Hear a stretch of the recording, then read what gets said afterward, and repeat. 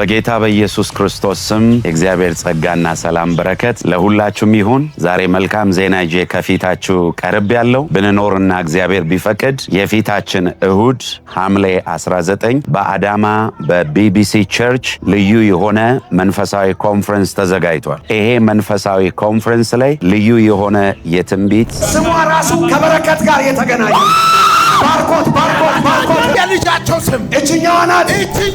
የፈውስ ነፃ የመውጣት ጊዜ ይኖረናል።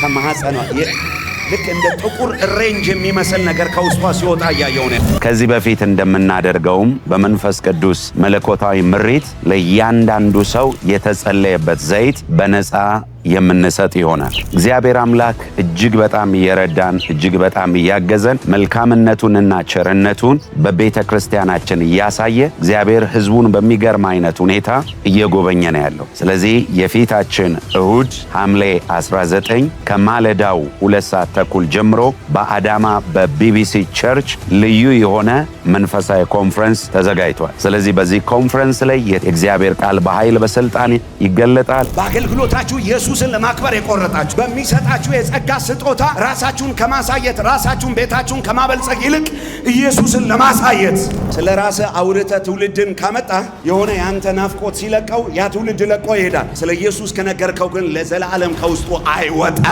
የመንፈስ ቅዱስ ሙላት ጸጋን የመከፋፈል ጊዜ ይኖረናል። ከባድ ኃይል እላያችሁ ላይ ያልፋል። 1 2 3 ተስተካከል። ለእግዚአብሔር ክብር እልልታ ጭብጨባ። አገልጋዮች የሆናችሁ በሙሉ፣ ነጋዴዎች፣ የመንግስት ሰራተኞች፣ ተማሪዎች የሆናችሁ በሙሉ ጋብዣችኋለሁ። እግዚአብሔር መልካም ነገር ያደርጋል። በዚህ በተጸለየበት ዘይት ደግሞ የብዙ ሰው ታሪክ ሲቀየር አይተናል። ተረኞቹ ደግሞ እናንተ ናችሁ። ስለዚህ እናንተን፣ ቤተሰቦቻችሁን፣ ወዳጅና ጓደኞቻችሁን በመጋበዝ የዛን ቀን በጊዜ እንገኝ። በጊዜ ተገኝታችሁ አሁንም ያለው ቦታ እየበቃን አይደለም። በእርግጥ ሞልቶ ሰው ውጭ ነው የሚሆነው። በጊዜ መታችሁ ቦታችሁን ያዙ።